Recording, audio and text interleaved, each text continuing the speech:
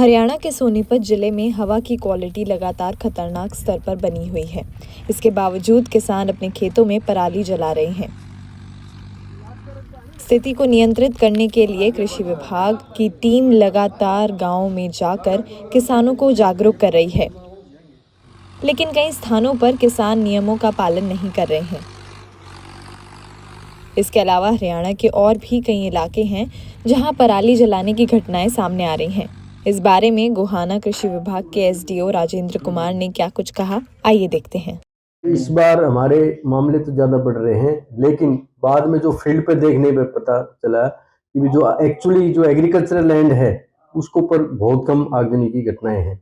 जैसे कि पिछली बार इस समय तक हमारी 16 आगजनी घटनाएं आई थी और इस बार जो लोकेशंस आई हैं मौके पर सिर्फ 9 ही पाई गई हैं और उन सभी 9 पे जो हमें 3 कार्रवाई हैं, जैसे कि किसान के एफआईआर, चालान और डेड एंट्री कर दी गई है। सर लोकेशन कितनी मिली है? लोकेशन तो इस बार हमारी ज़्यादा आई है, लेकिन जो एक्चुअल में जो आगजनी घटना है वो कम है। 47 सर।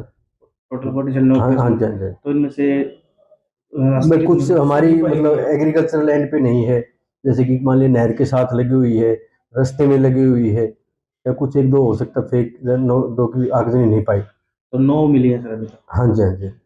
सर उसके बावजूद समझा रहे हैं, किसानों को जा रहे हैं, क्या क्या कहना चाहेंगे? भाई इसके बावजूद भी हमने जैसे कि पहले भी गांव स्तर पर, ब्लॉक पर और सब डिवीजन लेवल पर जो कमेटी बनी हुई है वो लगातार किसान भाइयों के साथ गांव में खेत में जाके जो भी हमारी कृषि यंत्र की मशीनें हैं उनके साथ डेमो करवा के, जैसे कि सुपर सीडर है, और इसके साथ साथ ये इंश्योर किया है हमने इस बार कोई भी हमारी कटाई वाली मशीन है, कंबाइन मशीन, वो बिना एसएमएस के ना चले, ताकि अगर एसएमएस के साथ चलेगी तो उसमें सैनी की तरफ पराली कट जाती है और उसमें किसान भाई आसानी से उसका प्रबंधन कर सकता है। और इस बार हमने प्रयास किया है कि भी कोई भी कंबाइन मशीन बिना एसएमएस न चले। तो सर जिस तरह 9 मामले सामने आए हैं तो उन पे क्या क्या कार्रवाई की जा रही है, कितना फाइन है?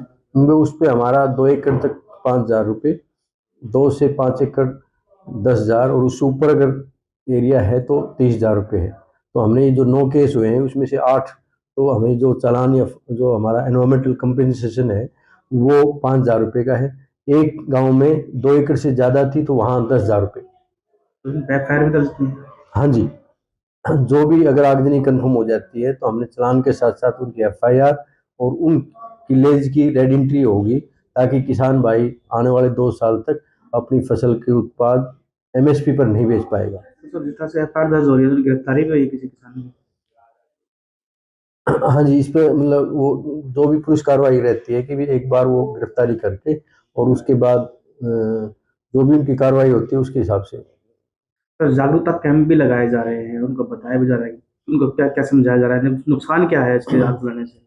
भाई जितने भी हमारे, सबसे पहले तो हमने हर गांव स्तर पर और विशेष तौर पर जो हमारे येलो जोन में 5 गांव थे इस बार, मीन्स की जिसमें 2 से 5 तक केसेस पिछले साल पाए गए थे, उनमें हमने जागरूकता कैंप लगाए गए हैं, जिसमें कि सबसे पहले तो हमने उसमें हम कवर करते हैं कि भी जो भी हमारी आगजनी की घटनाएं रहती हैं तो उससे क्या क्या दुष्प्रभाव है।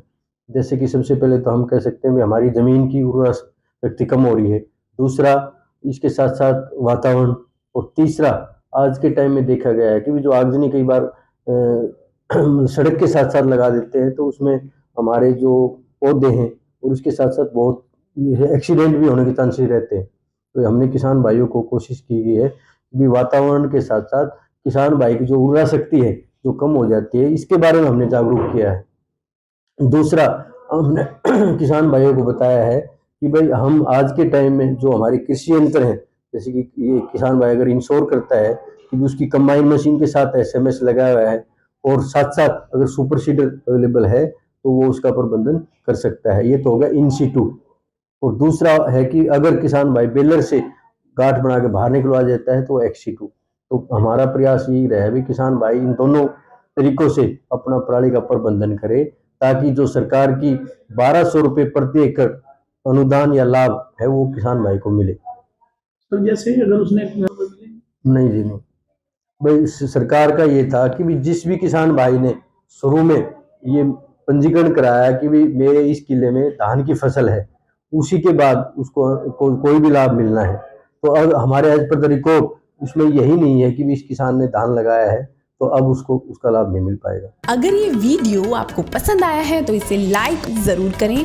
अगर चैनल अभी तक सब्सक्राइब नहीं किया है तो कर लें और नोटिफिकेशन पाने के लिए बेल आइकन भी दबा दें।